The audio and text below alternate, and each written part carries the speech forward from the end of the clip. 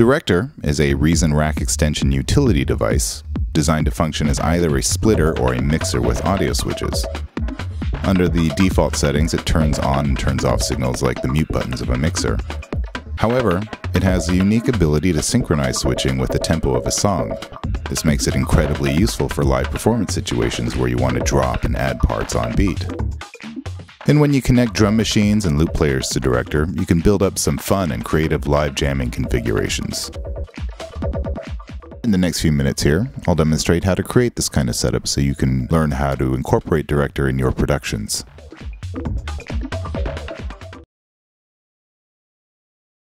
Starting with an empty song project, we'll add Directre to the rack.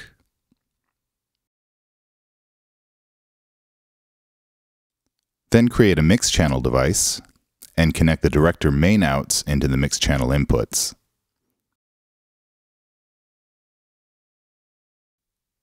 Now, while holding the Shift key to bypass auto routing, we'll add a Directre Audio Router loop player. And we'll actually repeat this several times and load up different patches on each one of these loop players. And for each Directre Audio Router, we'll connect the main outputs to the direct in sockets on Directre.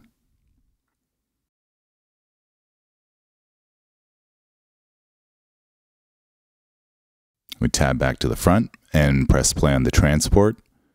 And you can see channel 1 is active and you can hear audio from loop 1. Note here that the quantize setting is bar. So when you enable a channel button, the switch will engage at the beginning of the next measure. If it's set to beat, audio will start on the next quarter note. If it's set to eighth note, then obviously it'll start on the next eighth note.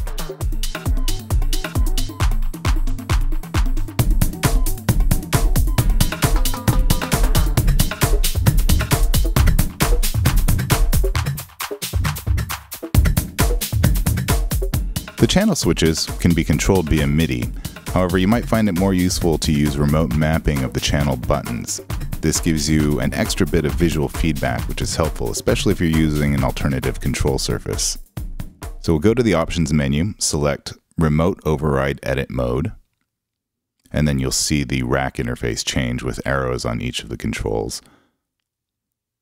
We click on Channel 1 Enable button. Then on the keyboard, press C#1. Reason will then confirm the mapping. And repeat this for the other channel enable buttons. And in this configuration, the mapping uses the black keys of the keyboard.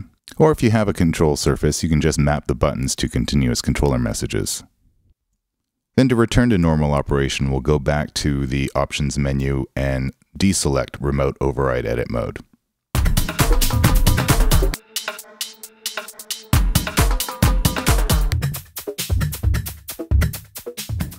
Now I'll run the sequence again and change the resolution to an eighth note and start randomly sending on-off messages to Directre using all 8 of the keyboard switches.